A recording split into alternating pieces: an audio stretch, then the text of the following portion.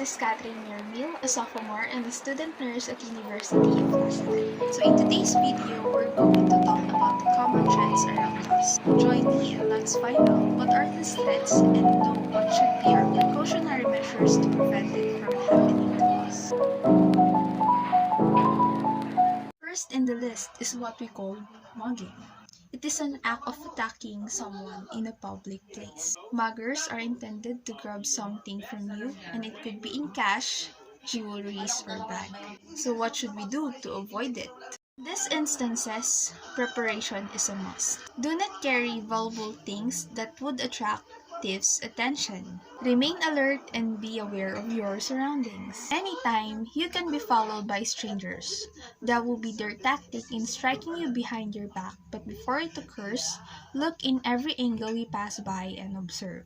If you are currently held by the muggers, remain calm. This is very important to remember because it allows you to think clearly and to avoid you from panicking that can trigger the mugger's reaction.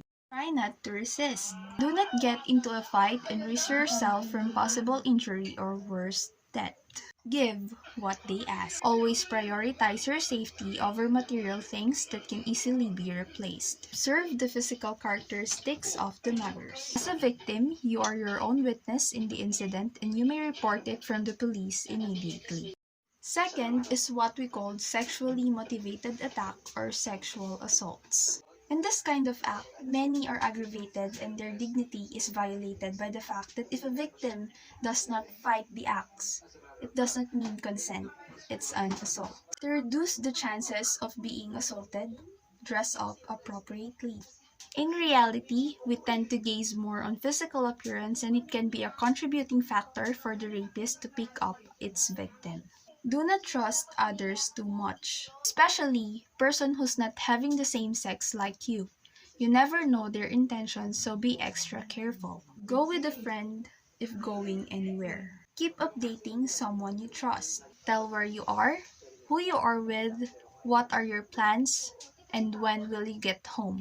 I think it's important just in case something bad happened, that person would know your track. Before you caught up in the middle of this crisis, be prepared.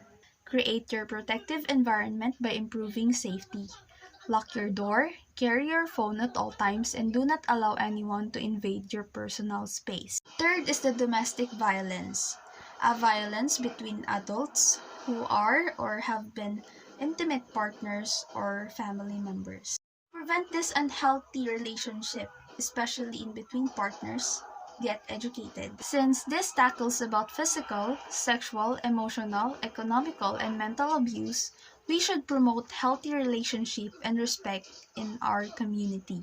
Learn to respond to problems by talking. Distance yourself when abusive signs arouse. Don't let your rage eat you because this will worsen the case.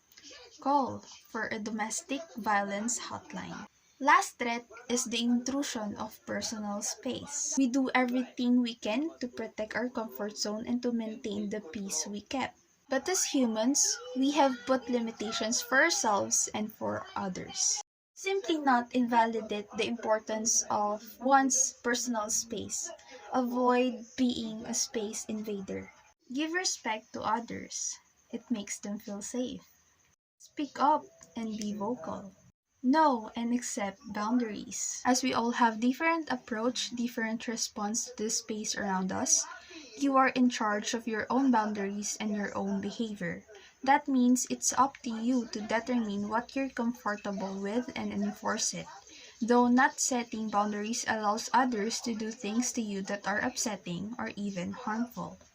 That's the end of our video reacting about common threats and giving some tips for you to avoid this kind of violence.